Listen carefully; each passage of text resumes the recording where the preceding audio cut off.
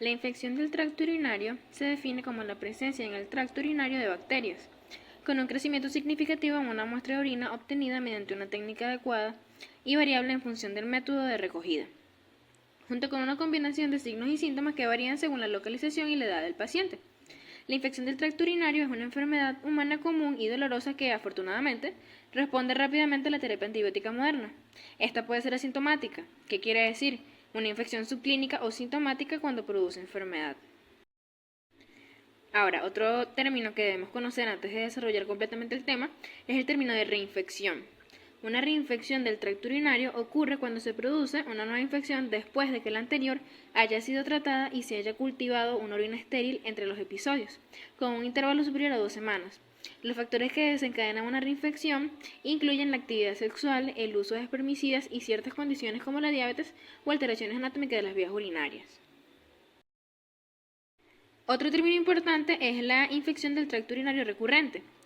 Esta se define como 3 o más episodios en 12 meses o 2 o más en 6 meses. Estas pueden ser causadas por una reinfección en el 80% de los casos o por una recaída que se da en el 20% de los casos. Los factores que desencadenan una recurrencia, si bien a menudo se asocian con una predisposición individual o factores anatómicos, en la mayoría de los casos son mujeres sin problemas de salud subyacentes, en donde no hay alteración anatómica y se pueden manejar con estrategias preventivas y a veces con. Ahora, hablando un poco sobre la epidemiología, las infecciones del tracto urinario muestran que son más comunes en mujeres, con picos de incidencia en mujeres jóvenes sexualmente activas y en mujeres mayores. En niños pequeños también aumenta la prevalencia. Esto también puede subir con la edad, tanto en hombres como en mujeres. Los factores de riesgo incluyen la edad, la actividad sexual, el embarazo, la diabetes, un cateterismo urinario, siendo la bacteria Escherichia coli el patógeno más común. En las mujeres, que son el grupo más afectado, la incidencia aumenta con la edad, alcanzando un pico entre los 18 y los 30 años, asociado con la actividad sexual y el embarazo. Ahora, en los adultos mayores, la incidencia de la infección del tracto urinario es alta en este subgrupo debido a la hiperplasia prostática en hombres y a la degeneración de los tejidos en mujeres como el prolapso de vejiga o el útero. En niños, la primera aparición de los casos se da en los lactantes y en niños pequeños, esto a menudo por malformaciones del tracto urinario. Y en la infancia, las infecciones son más recurrentes en niñas que en niños. Hombres, estos pueden presentar las infecciones del tracto urinario, pero el riesgo se incrementa con la edad, volviéndose similar en las mujeres. Ahora, los factores de riesgo para ambos serían la edad, los antecedentes de infección del tracto urinario, la actividad sexual, la diabetes, el embarazo y el cateterismo urinario por. Etiología de las infecciones del tracto urinario. Principalmente se generan porque los microorganismos de la flora intestinal colonizan lo que es la pelvis renal, ascendiendo desde la uretra hacia la vejiga y consecuentemente a través de los uréteres. Y esto está favorecido por diferentes factores que influyen en lo que es la producción de las ITU.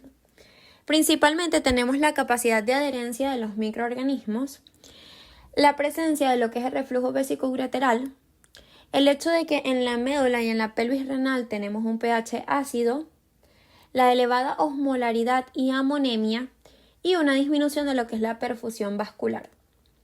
Otros factores que son condicionantes para que ellas se generen es la patogenicidad del microorganismo, el inóculo, es decir, la cantidad de bacterias y nuestro sistema inmunológico. Hay otros factores que también pueden influir como lo que es el sexo, obstrucción de las vías urinarias, el embarazo, etc. Los microorganismos más frecuentes que se localizan en las vías urinarias cuando una persona tiene una infección del tracto urinario que ya ha sido diagnosticada es la Escherichia coli principalmente. Es el que se aísla con mayor frecuencia, entre un 75 y 80% de las infecciones urinarias. Especies que son menos frecuentes son, por ejemplo, la Enterobacteriaceae, tal como Proteus mirabilis, Klebsiella pneumoniae, y ciertos cocos gram positivos como lo es Staphylococcus saprophyticus y Streptococcus agalactiae. Son los responsables de los episodios restantes. Ahora tenemos que en pacientes mayores el más frecuente no es Escherichia coli. En realidad se observa más Klebsiella spp y Enterococcus spp.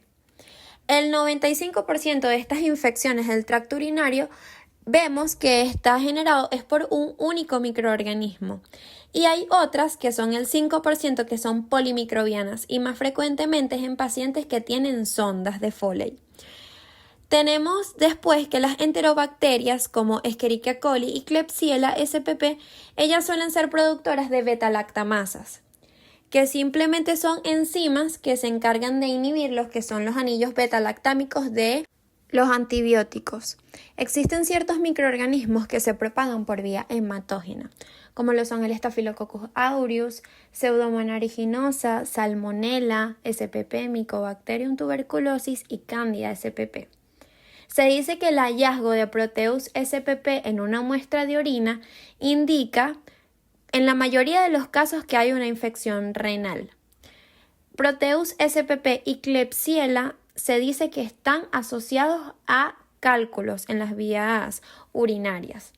Y por último, Enterococcus spp y Staphylococcus aureus se dice que se relaciona es con manipulaciones como cirugías y otros procedimientos invasivos. Saludos, mi nombre es Josber Mosquera y continuando con el seminario, ya sabiendo qué es una infección del tracto urinario, conociendo su epidemiología, es importante establecer una clasificación dentro de la infección del tracto urinario para poder establecer un tratamiento oportuno. Como médico tratante debemos inmediatamente, al identificar que es una infección del tracto urinario, clasificarla para poder darle un tratamiento oportuno. Esta clasificación está basada en las nuevas guías ICTA 2025. Así pues, decimos que la clasificación va a depender primero según la complejidad, posteriormente según la localización, seguido de la presentación de dicha infección, en este caso las bacteriurias asintomáticas, y por último vamos a hablar sobre cómo o cuál es su método de transmisión o su método de infección, mejor dicho. La clasificación antiguamente se decía que hay 3 tipos de infección del tracto urinario según la complejidad, que eran en este caso la ITU no complicada, la ITU complicada y por su parte muy aislada a dichas entidades, la pielonefritis aguda. Anteriormente se decía que la infección del tracto urinario no complicada se presentaba como un cuadro normal de cistitis agudas en mujeres premenopáusicas o en embarazadas que tienen un curso febril sin diabetes ni anomalías urológicas. Y esto es bastante importante porque individualizaba al paciente y se guiaba más a la parte del sexo del paciente. Por su parte, la ITU complicada era todas las demás ITUs que no estaban ni inmersas en las no complicadas ni inmersas en la pielonefritis aguda. Y aislada a estas dos entidades, la pielonefritis aguda, que es una infección renal aguda en mujeres que cumplen con los criterios de ITU no complicada. Ahora, esta guía se centralizó en cambiar esta clasificación y darle un nuevo significado. Ahora bien, las ITUs complicadas por su parte se van a clasificar según más o menos la ubicación y la presentación al curso clínico de dicha infección. El primero que vamos a hablar es las no complicadas. En definición, las no complicadas son infecciones que están confinadas a la vejiga, en hombres y en mujeres, que tienen un curso afebril. Lo clave aquí es entender que está confinado, en este caso a la vejiga, y que no cursa con fiebre. Se presenta más que todo en mujeres o en hombres. Si vemos y notamos, en este caso ya no hablamos de solo la mujer como un factor de riesgo, sino que también aparece el hombre como un portador de infección del tracto urinario. Entonces, mujeres y hombres que son pacientes que tienen o portan una anomalía urológica, ¿verdad? Pacientes inmunocomprometidos y personas con diabetes. También tenemos pacientes que tienen catéteres urinarios, stents y tubos de nefrostomía percutánea. Pero esto último, más que todo, está asociado a la clasificación de complicadas. Bien, entonces en esta vamos a tomar el curso de mujeres y hombres pacientes con anomalías urológicas, bien, que ya existen, y los pacientes inmunosuprimidos, como casos de cáncer, como casos de personas con diabetes mellitus, etcétera, etcétera, etcétera. La otra clasificación que tenemos contemplada es la ITU complicada. En este caso, la ITU está confinada por fuera o más allá de la vejiga, en mujeres o en hombres. Bien, aquí no vamos a ver tanto el curso de la enfermedad, porque según el curso de la enfermedad, ¿verdad? Vamos a ver 4 entidades que se denominan ITU complicada. ¿Cuáles son estas 4 entidades? Primero, la pielonefritis, y esto contrasta con la antigua clasificación, porque recordemos que la antigua clasificación englobaba a las pielonefritis como entidades separadas de las complicadas y no complicadas. Ahora la ICSA 2025 establece que la pielonefritis es una ITU complicada. Ahora, la pielonefritis la definimos como una infección confinada o que por su curso clínico o su historia natural de la enfermedad ha desencadenado una infección renal que incluso puede manifestarse, según la gravedad de la ITU, como un absceso renal. Y esto es bastante importante porque la mayoría de las personas llegan con una pielonefritis. Bien, ahora, la otra, esta puede ser común en mujeres o en hombres, más que todo en mujeres y mujeres gestantes. Ahora, la prostatitis es evidentemente una entidad solamente masculina, y está asociada a una ITU complicada. Ahora tenemos otra entidad que es la ITU fibril, o en este caso la bacterémica. En este caso, la ITU ha atravesado las barreras de protección y ya las bacterias que causan la infección del tracto se complican y llegan hacia la circulación sistémica, generando una ITU fibril o una ITU bacterémica. Las causas y estas causan una respuesta inflamatoria sistémica con disfunción orgánica, requiriendo un tratamiento antimicrobiano de urgencia y un control de la fuente de la infección. Más adelante vamos a ver que esto es bastante importante, porque tenemos que clasificar las infecciones del tracto urinario como aquellas que te generan o que cursan con sepsis y las que no. Entonces, la ITU febril es bastante importante y hay que tener un ojo pelado con ellas, como quien dijera. Lo primero que nosotros vamos a entender es que, por su parte, vamos a tener un hemocultivo positivo, haciendo o constatando la presencia de las bacterias en la circulación sistémica. Bien, y lo otro que nosotros vamos a tener en efecto bien establecido es una clínica más estudios de laboratorio que son congruentes con una infección del tracto urinario.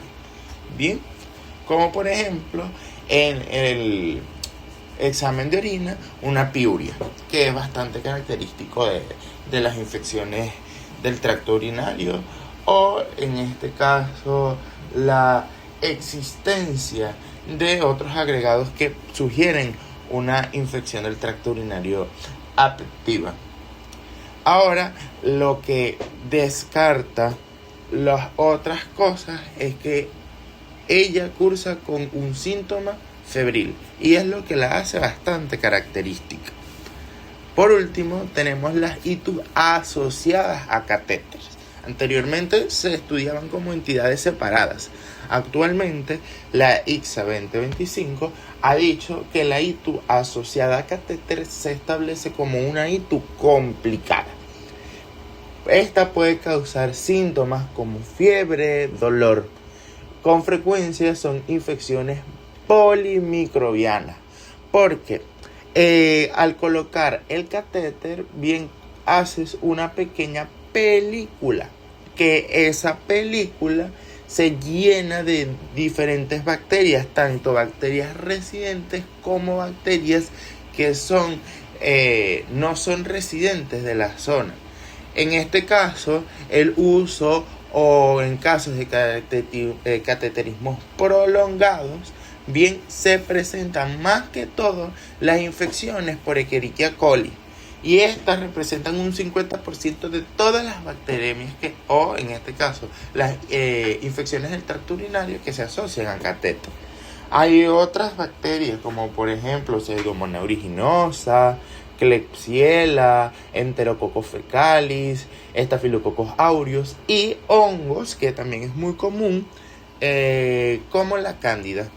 Bien, en este caso, bueno, son pacientes que tienen o que están obligados a tener un catéter o un cateterismo vesical prolongado que se alarga y, bueno, establece, como les estoy diciendo, esa película fuera del catéter que tiene una población bacteriana abundante que genera esta infección del tracto urinario. Bien, la ITU complicada se presenta como episodios sintomáticos de cistitis o pielonefritis en un hombre o una mujer con una predisposición anatómica a la infección, un cuerpo extraño en el tracto urinario o con factores que predisponen a un retraso en la respuesta a la terapia antibiótica. Y esto es importante, bien, porque pacientes que cursan con cistitis, pero además, o en este caso pielonefritis, ya sea hombre o mujer, curse con fiebre, es un paciente que cursa con una ITU complicada. Bien, ahora, ¿cuál es la población? Los pacientes con ITU complicada pueden tener, como lo dije anteriormente, un catéter urinario permanente. También pueden tener una vejiga neurogénica. ¿Qué pasa? ¿Cuál es la fisiopatología de la vejiga neurogénica? Que por su parte, como esta vejiga está atónica, se prolonga el tiempo de la orina, haciendo que aumente la proliferación bacteriana, y esto evidentemente crea un medio de cultivo para una infección del tracto urinario. Las obstrucciones urinarias, vamos a lo mismo. Pacientes, por ejemplo, que tienen cálculos, pueden existir cálculos dentro de los conductos. Al obstruir eso, crea una proliferación bacteriana que me termina complicando la situación a una ITU complicada. Bien, entonces en estos pacientes que tienen obstrucción urinaria o pacientes que tienen cálculos renales, que quizás es o litiasis renal, es muy común ver este tipo de asociaciones de ITUs complicadas. Pero ya sabemos que es por la obstrucción urinaria, por esta retención de orina, el tiempo prolongado de la misma y ese cultivo de bacterias que se crea. La retención urinaria, más de lo mismo, y como afectación subyacente. Así pues, ahora vamos a hablar de según la localización. Buenas, mi nombre es Naomi Monterrey. Voy a seguir con la explicación de la clasificación, que va a ser según su localización a nivel anatómico. Aquí se clasifican de dos maneras, altas y bajas. Las altas va a afectar el uréter, el sistema colector del parenquima. Las bajas, que va a ser la uretra o la vejiga. En las altas tenemos la pielonefritis, que esta es una infección del tracto urinario superior que afecta a los riñones. Puede ser no complicadas en mujeres sanas o complicadas si hay obstrucciones o anomalías. Se afecta el parenquima renal, el sistema colector con signos y síntomas de afectación del estado general de una manera aguda, comúnmente vamos a tener un dolor lumbar. En las bajas, la primera patología es la uretritis, con inflamación de la uretra. Está causada principalmente por infecciones de transmisión sexual. Los síntomas más comunes es la disuria, secreción purulenta en la región genital, tenesmo y la polaquiuria. Tenemos la cistitis. Aquí la mucosa vesical se encuentra inflamada, no va a haber fiebre, pero los síntomas van a ser urinarios, como la disuria, la poliaquiuria, tenesmo y misión urgente, que es un síndrome misional, se denomina de esta manera. Aquí va a estar acompañado por un dolor suprapúbico y una orina maloliente. También en ocasiones podemos visualizar hematuria. Por último tenemos la prostatitis, que esta es una inflamación en la próstata causada mayormente a nivel bacteriano, o sea, su causa son por infección bacteriana, que se puede manifestar principalmente por la polaquiuria, disuria, dolor en la parte baja de la espalda, pelvis o incluso en la área genital. También va a causar fiebre o escalofríos. Por último vamos a tener la bacteriuria sintomática, que esta es la presencia de colonización bacteriana en la orina sin síntomas urinarios. Entonces se denomina como crecimiento bacteriano de 10 elevado a la 5 CFU sobre mililitros, que consta de 2 muestras consecutivas en las mujeres y una sola muestra en los hombres. Con esto no es necesario realizar citoscopia o algún estudio del tracto urinario superior que tengan los pacientes asintomáticos, solamente con un buen historial clínico que sea normal. Sin embargo, si se llega a detectar el crecimiento persistente de bacterias productoras de ureasa, se debe descartar la formación de algunos cálculos urinarios existentes. En los hombres se recomienda realizar un examen rectal digital para investigar posibles enfermedades prostáticas. Mi nombre es María Nieto y dando continuidad con el tema les hablaré acerca de la clasificación bacteriuria. Esta es la presencia de bacterias en orinas confirmadas por cultivo independientemente de síntomas. Puede ser tipo asintomática o sintomática. Hablemos un poco de las asintomáticas. Son bacterias en orina sin síntomas urinarios. No se considera una infección del tracto urinario propiamente, salvo en situaciones específicas donde se requiera tratamiento, como lo es en embarazos, donde haya un riesgo de pielonefritis y complicaciones obstétricas, y en procedimientos urológicos invasivos con un sangrado esperado. Esta no se trata en ancianos que sean sondados crónicos o diabéticos sin síntomas, ya que se evita los antibióticos para así reducir la resistencia bacteriana. Ahora la bacteriuria sintomática, que se refiere a la presencia de bacterias en orina acompañado de síntomas urinarios atribuibles a una infección del tracto urinario. Esta ya no se etiqueta como infección del tracto urinario complicada o no complicada, sino que se categoriza según la afectación. Entonces puede ser localizada o sistémica. En las localizadas tenemos síntomas urinarios sin repercusión sistémica y en la sistémica síntomas urinarios más fiebre, escalofríos, dolor lumbar o signos de sepsis. Y en la presentación clínicas típicas podemos encontrar una cistitis aguda que es localizada y una pielonefritis aguda que puede ser una infección del tracto urinario sistémica. También tenemos la clasificación extrahospitalaria o comunitaria, que es una infección adquirida fuera del hospital en pacientes sin exposición reciente a dispositivos invasivos. Esta también se clasifica entonces en localizada y sistémica. En la localizada encontramos síntomas urinarios bajos, disuria, policuria, y se trata a través de un manejo ambulatorio con antibióticos de primera línea según la resistencia local o opciones no antibióticas en cistitis seleccionadas. En la sistémica encontramos fiebre, dolor lumbar, afectación general, donde incluye una pielonefritis comunitaria y requiere antibióticos empíricos de mayor espectro, un ajuste según cultivo y la hospitalización.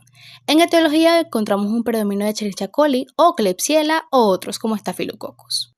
Y por último, la intrahospitalaria o nosocomial, que es una infección adquirida más de 48 horas después del ingreso hospitalario o asociada a dispositivos como lo son las sondas vesicales.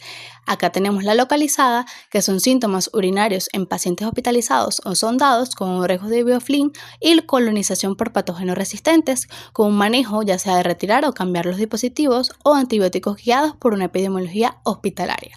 Mientras que los sistémicos encontramos fiebre, sepsis, un shock séptico en un contexto hospitalario y encontramos una alta mortalidad si no se reconoce precozmente, un manejo antibiótico de amplio espectro inicial y tenemos etiología gram negativos multiresistentes como Klebsiella, Pseudomonas y gram positivos Enterococcus como Fecailis o Phaseum.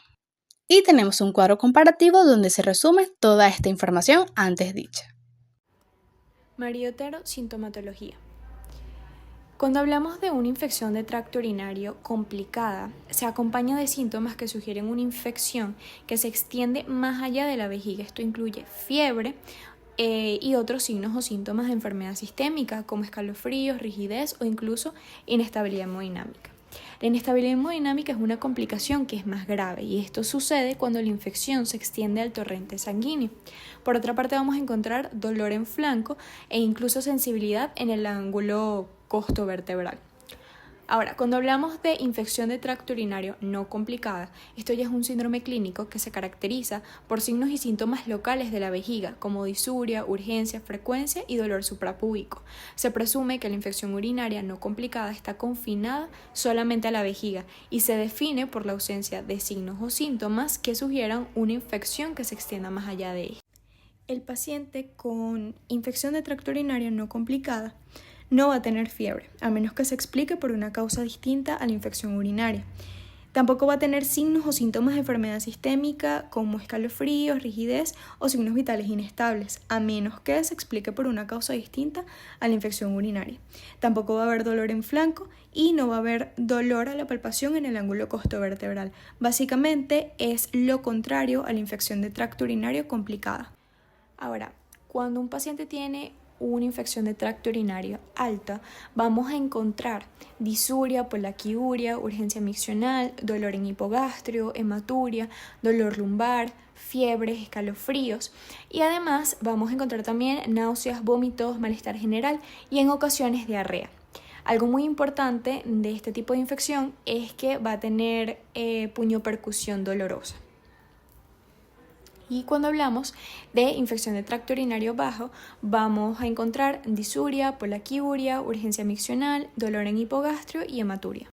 Bueno, muchachos, como ya fue mencionado anteriormente, hay distintas presentaciones de estas infecciones del tracto urinario. En este caso vamos a hablar sobre los manejos de cada una. Vamos a empezar con las infecciones del tracto urinario no complicadas.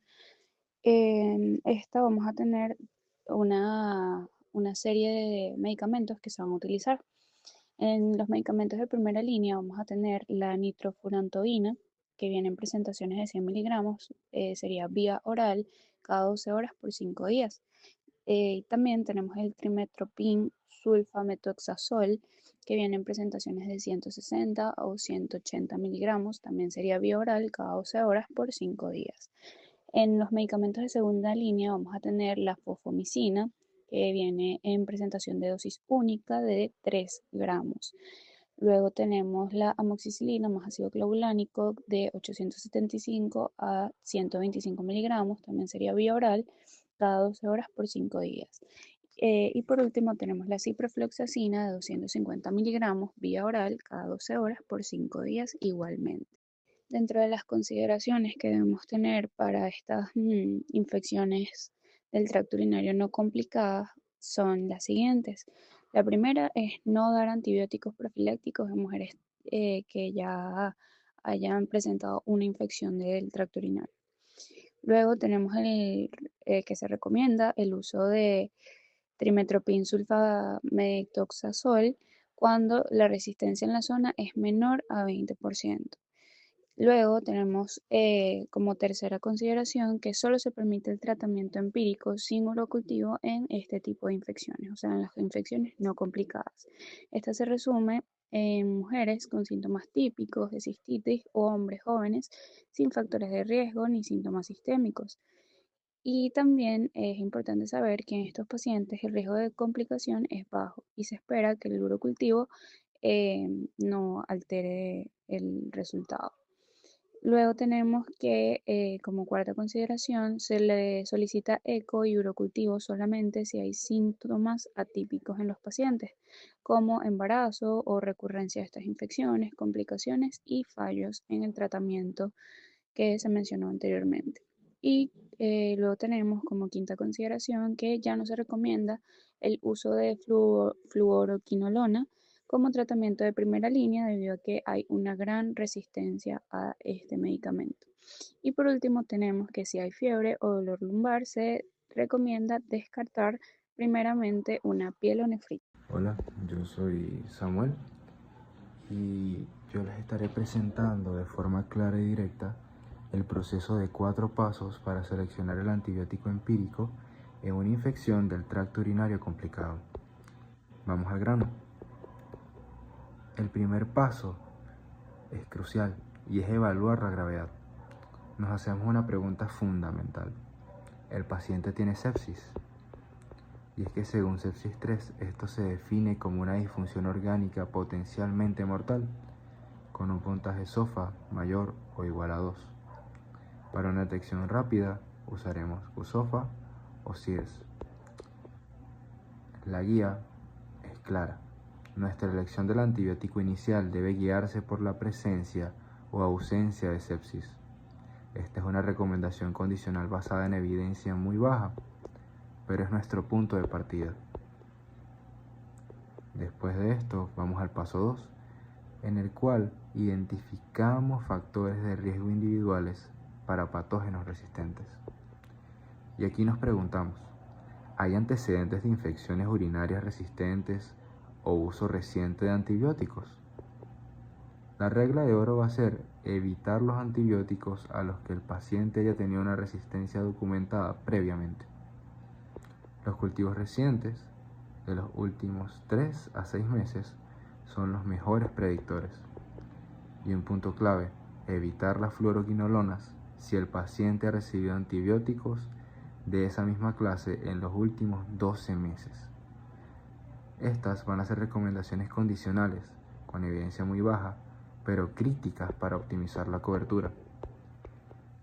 Ahora vamos con el paso 3, que van a ser otras consideraciones individuales. La pregunta va a ser, ¿existen alergias, contraindicaciones o interacciones medicamentosas? Este punto ya va a ser de sentido común, pero es vital, porque debemos tener en cuenta las condiciones específicas de cada paciente para evitar eventos adversos prevenibles. Esto no es solo una recomendación, es una declaración de buena práctica clínica. Luego, pasaremos al cuarto y último paso, que va a ser el uso del antibiograma local. Aquí preguntaremos, ¿se dispone de un antibiograma local reciente y relevante? La guía va a ser específica. En pacientes con sepsis por infecciones de tracto urinario complicadas, solo debemos consultar el antibiograma si cumple 3 condiciones: que sea local, de la misma institución, que sea reciente, menor a 12 meses, y relevante, que sea de una población similar. También se van a establecer umbrales de sensibilidad, si es mayor al 90% para pacientes en shock séptico, que recordando con sepsis 3, requiere vasopresores y lactato mayor a 2 milimoles litro, con una mortalidad mayor del 40%. Cuando tenemos un porcentaje mayor o igual para pacientes con sepsis sin shock, y un dato importante es que para pacientes sin sepsis no hay una recomendación específica sobre el uso del antibiograma. En resumen, la selección del antibiótico empírico en las ITUs complicadas se basa en este algoritmo de 4 pasos secuenciales. 1. Determinar gravedad por sepsis.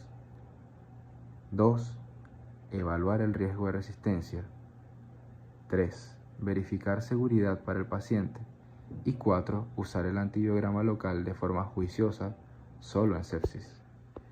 Siguiendo esta estructura, optimizamos la cobertura, minimizamos riesgos y personalizamos el tratamiento. Muchas gracias. A continuación, vamos con lo que es el siguiente punto. Serían la selección de terapia antibiótica para una infección del tracto urinario complicado. Vamos con lo que son pacientes con una sepsis por infección del tracto urinario complicado. Lo primero que se le recomienda es iniciar el tratamiento con alguno de los siguientes antibióticos, siguiendo el enfoque de 4 pasos. Se recomienda la cefalosporina de tercera o cuarta generación, tenemos los carbapénicos, tenemos la piperacilina taxobactam y tenemos los fluoroquinolonas. En lugar de, también tenemos los nuevos antibióticos como son los inhibidores beta-lactámicos, beta-lactamasa, cefidecorol y plazomicina. También tenemos los aminoglucósidos que son antiguos. Las observaciones es que en casos de sepsis sin diagnóstico claro o con sospecha de patógenos como Pseudomonas aeruginosa, enterococos o Streptococcus aureus, puede requerir antibióticos de espectro más amplios. Aquí también se va a priorizar el inicio temprano y adecuado del tratamiento para poder prevenir mortalidad, dejando la optimización para la terapia dirigida. Ahora bien, vamos con los pacientes con infección del tracto urinario complicado sin sepsis. En este se va a recomendar también iniciar el tratamiento con alguno de los siguientes antibióticos, también usando el enfoque de 4 pasos: cefalosporina de tercera o cuarta generación, la piperacilina tazobactam y los fluoroquinolonas. Tenemos que evitar principalmente los carbapénicos, los nuevos antibióticos ya antes dichos y los aminoglucósidos antiguos. En las observaciones tenemos que otros antibióticos como amoxicilina con ácido clavulánico o cefalosporinas de segunda o primera generación podrían considerarse en casos específicos para tratar un tratamiento empírico oral, aunque estos están menos estudiados, pero pueden servir. En los comentarios podemos tener que en estos pacientes sin sepsis se valora más el uso racional de antibióticos, así como los altos costos, la disponibilidad y la variabilidad del tratamiento. En este siguiente cuadro quise dejar resumido más que todo las opciones, depende de la condición del paciente, tanto la opción preferida como la alternativa. Ya sabemos que un paciente con sepsis, con o sin shock, vamos a tener la cefalosporina de tercera generación como los carbapénicos o la piperacina tazobactam y los fluoroquinolonas. Y en la alternativa vamos a tener los inhibidores de beta-lactámicos como beta-lactamasa y también los aminoglucósidos antiguos. En la sin sepsis vamos a tener cefalosporina de tercera y cuarta generación, la piperacina tazobactam y los fluoroquinolonas. Y una alternativa para esto pueden ser los carbapénicos, los nuevos agentes inhibidores como beta-lactámicos y beta-lactamasa y también los aminoglucósidos antiguos. Y cuando es sin sepsis por vía oral, vamos a tener las fluoroquinolonas y en la alternativa vamos a tener amoxicilina con ácido clavulánico o cefalosporinas orales. Para continuar, les quise dejar una imagen de las dosis para el tratamiento de una infección del tracto urinario complicado. Aquí tenemos los fármacos y del otro lado tenemos las dosis utilizadas en estudios clínicos. Tenemos como por ejemplo la ceftriaxona de 1 a 2 gramos una vez al día. Tenemos el meropenem, que es de 1 gramo cada 8 horas. Tenemos la piperacilina tazobactam, que sería 4.5 gramos cada 8 horas. También tenemos otro ejemplo, que sería el cefotaxime, de 1 a 2 gramos cada 8 horas. Tenemos también la terapia antibiótica definitiva en una ITU complicada. En pacientes con diagnóstico confirmado de infección del tracto urinario complicado, se recomienda ajustar el tratamiento antibiótico a un agente de espectro dirigido, basado en el resultado del urocultivo, identificación del patógeno y prueba de susceptibilidad, tan pronto este esté disponible. También tenemos que hay que evitar la continuación de antibióticos de amplio espectro durante toda la duración del tratamiento. Esto cuando ya se cuenta con información microbiológica que permita optimizar la terapia. ¿Por qué es importante ajustarla? Esto porque mejora la tasa de curación clínica, reduce la recurrencia de la infección y fomenta el uso racional de antibióticos. También en el manejo ambulatorio, este es más práctico por tiempos, acceso o seguimiento.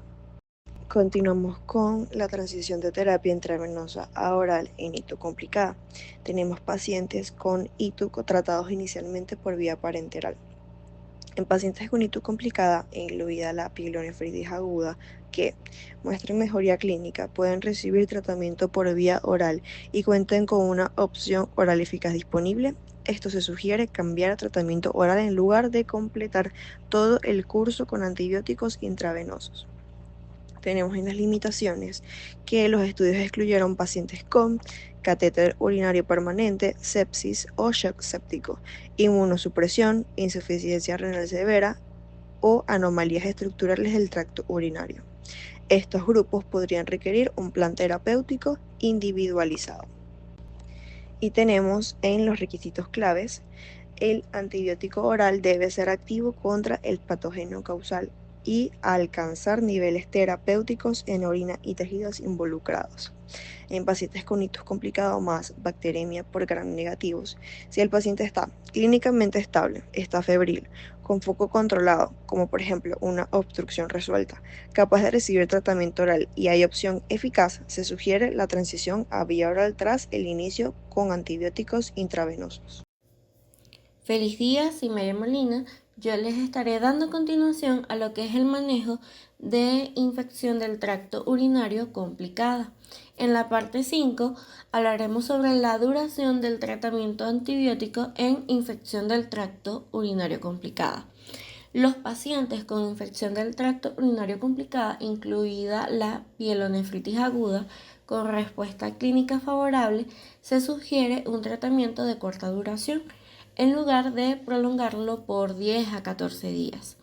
Vamos a tener que los fluoroquinolonas van a durar de 5 a 7 días y los antibióticos no fluoroquinoloónicos de 7 días. Las consideraciones a tener para este tipo de pacientes es que el antibiótico debe alcanzar niveles terapéuticos en orina y tejidos relevantes y ser activo contra el patógeno causal. Luego tendremos que la duración se cuenta desde el primer día de antibiótico efectivo. Tendremos que en hombres fértiles con sospecha de prostatitis bacteriana aguda puede considerarse tratamiento de 10 a 14 días, aunque la evidencia es limitada. Y por último, la recomendación prioriza el uso racional de antibióticos, la reducción de efectos adversos, costos y cargas para el paciente. Dentro de la duración de los antibióticos, vamos a tener pacientes con infección del tracto urinario complicada y bacteriemia por gram negativos. En pacientes que mejoran clínicamente con tratamiento efectivo, se sugiere un tratamiento de 7 días en lugar de 14 días. Y las consideraciones a tener para este tipo de pacientes es 1. El antibiótico debe alcanzar niveles terapéuticos en sangre, orina y tejidos relevantes y por supuesto tener actividad frente al patógeno causal. 2. Al igual que en el grupo anterior, hombres con bacteriemia y sospecha de prostatitis pueden requerir tratamientos más prolongados de 10 a 14 días. Y 3. Evaluar la posibilidad de foco persistente que requiera control de la fuente si no hay respuesta clínica oportuna. En este cuadro podemos observar lo que son las infecciones de tracto urinario complicada con mejoría clínica. Esta tiene una duración de 5 a 7 días.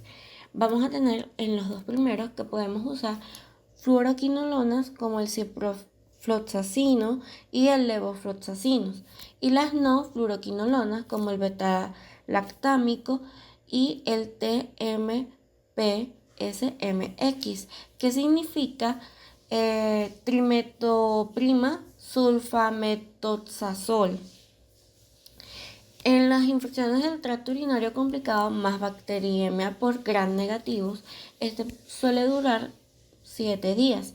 Vamos a utilizar lo que son los antibióticos eficaces, intravenoso u oral, según la sensibilidad del paciente. Vamos a tener también lo que son los hombres con fiebre y sospecha de prostatitis bacteriana aguda. Este tiene una duración de 10 a 14 días. Y vamos a utilizar antibióticos según la sensibilidad, como la fluoroquinolona o la TMP-SMX. Dentro del manejo de infección del tracto urinario complicada, vamos a obtener lo que es la bacteriuria asintomática. En general, la bacteriuria asintomática no requiere tratamiento, ya que puede ofrecer una protección contra infecciones urinarias sintomáticas. El tratamiento debe limitarse a casos donde se demuestre un beneficio para el paciente, para evitar la selección de resistencia antimicrobiana y la erradicación de cepas protectoras. La evidencia sugiere que el tratamiento de la bacteriuria asintomática en mujeres embarazadas puede ser beneficioso para prevenir complicaciones obstétricas, aunque la calidad de esta evidencia es baja debido a estudios antiguos y de baja calidad metodológica. Y entrando un poco sobre las complicaciones obstétricas, vamos a hablar acerca de los gestantes, que los dejaré con mi compañera Lorena Natera. En el manejo de las infecciones del tracto urinario, en el caso específico de las gestantes, se va a utilizar ciertas recomendaciones, como es el urocultivo como cribado, ya que se debe realizar un urocultivo al iniciar los controles prenatales, que esto es a partir aproximadamente de las 12 semanas de gestación. Este urocultivo se puede repetir trimestralmente solo si la madre presenta factores de riesgo, como lo son alguna patología renal materna, trasplante renal, litiasis renal, entre otras patologías. Y en cuanto al tratamiento, este va a depender del caso. En el caso de la bacteriuria asintomática o cistitis, se puede utilizar fármacos como los beta-lactámicos, que incluyen las penicilinas o las cefalosporinas de primera y segunda generación. Otra de las opciones también está la nitrofurantoína, que está dosificada a 100 miligramos vía oral cada 12 horas por 5 días. O la tercera opción puede ser la monodosis de fosfomicina, que va a ser a 3 gramos. En el caso de la pielonefritis, que requiere hospitalización, esto se va a recomendar el uso de tanto urocultivo como antibiograma. Y la primera línea del tratamiento va a ser el uso de beta-lactámicos más aminoglucósidos. Esto se traduce a que se puede utilizar ampicilina más gentamicina. Y otra de las opciones de tratamiento es el uso de las cefalosporinas, como el caso de la ceftriaxona o el cefepime, que va a estar dosificado de 1 a 2 gramos dosis única. En los pacientes con sonda vesical debemos tener claro cuándo se debe tratar, cuáles son las indicaciones para poder iniciar un tratamiento. Y este solamente está indicado cuando hay síntomas sugerentes de infección. Esto quiere decir que, por ejemplo, en el caso de la bacteriuria asintomática, no se debe tratar excepto en casos muy específicos, como es el caso de las embarazadas o antes de una intervención urológica que tenga un riesgo de sangrado. Existen ciertos pasos iniciales antes del tratamiento antibiótico. El principal y el más importante es evaluar la necesidad del catéter. Esto incluye retirar el catéter si ya no es estrictamente necesario, debido a que la curación es muy difícil si el cuerpo extraño, en este caso el catéter, permanece en su sitio.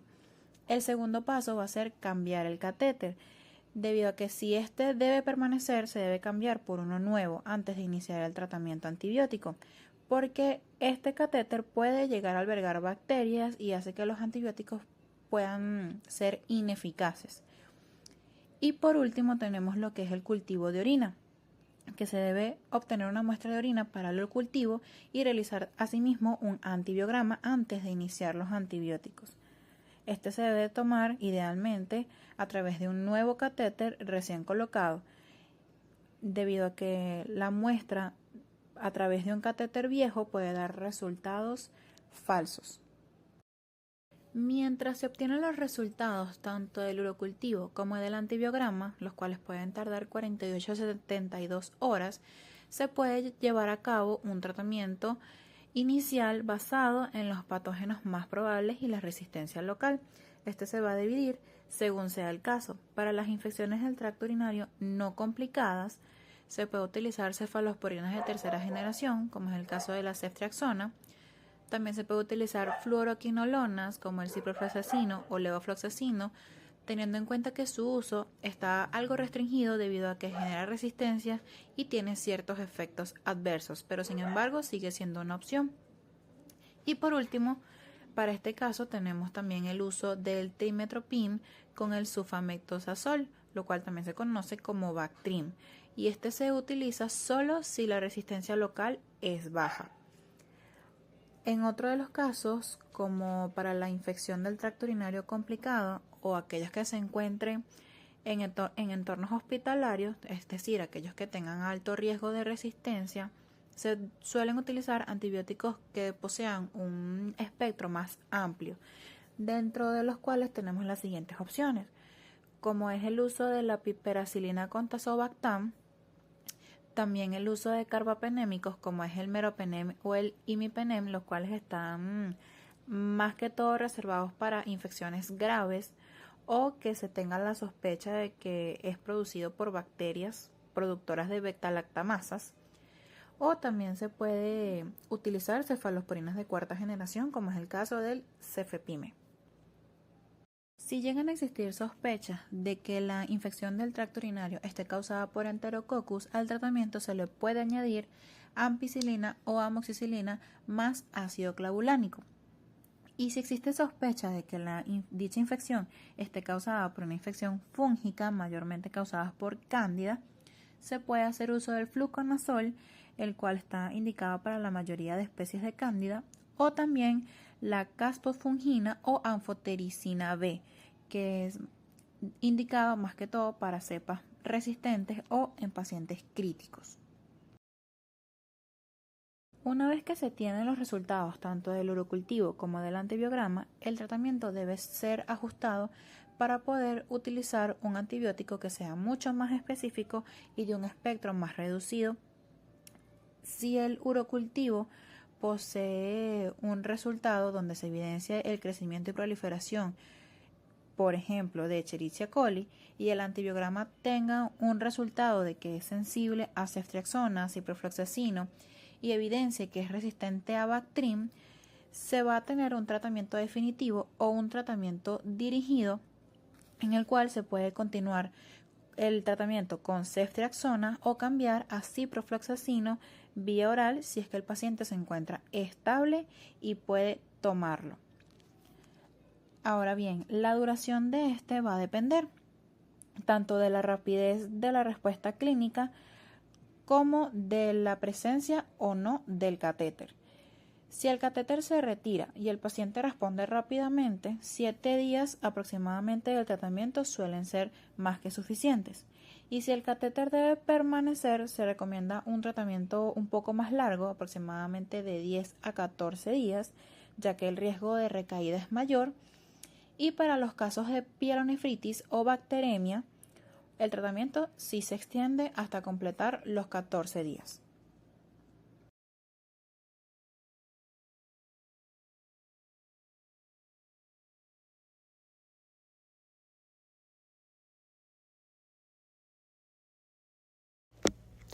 Ya para finalizar, presentaremos 4 casos clínicos, donde el primer caso clínico nos habla de paciente femenino de 28 años de edad sin antecedentes patológicos conocidos, quien acude a consulta por presentar disuria, urgencia y polaquiuria de 24 horas de evolución. Dicha paciente llega fiebre, dolor lumbar o síntomas sistémicos. Al examen físico se encuentra estable y afebril.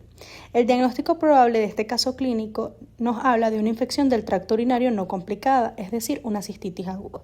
¿Cuál sería el manejo entonces de esta paciente? Hablamos de que se establece el diagnóstico por los síntomas típicos y por la ausencia de los factores de riesgo. Y aquí se permite establecer un tratamiento empírico sin presentar un urocultivo. Luego pasamos al tratamiento de primera línea. El tratamiento de primera línea sería la nitrofurantoína de 100 miligramos vía oral cada 12 horas por 5 días. Otro medicamento sería el trimetoprim sulfamethoxazol, que es una combinación de 160 y 800 miligramos vía oral cada 12 horas por 5 días. Ya finalizando el tratamiento de primera elección, tenemos como consideración que no se debería prescribir antibióticos profilácticos tras el primer episodio, en este caso de cistitis aguda. Continuamos con el segundo caso clínico, donde presentamos a paciente masculino de 65 años de edad con antecedentes de diabetes no controlada, el cual extrae de urgencia en mal estado general, letárgico y con fiebre cuantificada a 39 grados centígrados. El paciente también presenta escalofríos y dolor en la fosa renal derecha. Su presión arterial es de 90 a 60 milímetros de mercurio y a la evaluación inicial este paciente sugiere una disfunción orgánica, es decir, criterios de sepsis. Al hablar del diagnóstico posible de este paciente, hablamos de una infección de tracto urinario complicada, es decir, una probable pielonefritis con sepsis.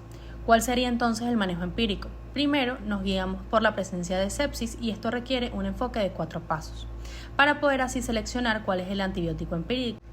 Aquí debemos priorizar el inicio temprano y adecuado del tratamiento para poder prevenir la mortalidad de dicho paciente. Posterior hablamos entonces de la terapia intravenosa, que se recomienda iniciar con cefalosporina de tercera o cuarta generación, como ejemplo tenemos la ceftriaxona o el cefepime, al igual que los carbapenémicos como el meropenem o el ertapenem o la piperacilina tazobactam. Los estudios que debemos solicitar son el urocultivo y el antibiograma, y ya el manejo definitivo de este paciente es que una vez que este urocultivo esté disponible, vamos a ajustar el antibiótico al espectro dirigido para poder evitar la continuación de antibióticos de amplio espectro. Gracias. Para continuar con los casos clínicos, de tercero vamos a tener una infección de tracto urinario asociada a sonda vesical.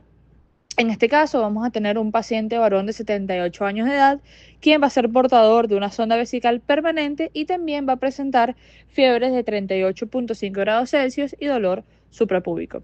En este paciente vamos a ver que la bolsa de orina se va a ver turbia. El manejo clave para este paciente va a ser primero que nada retirar esta sonda si ya no es necesaria o cambiarla por una nueva antes de inclusive iniciar con algún tipo de antibiótico.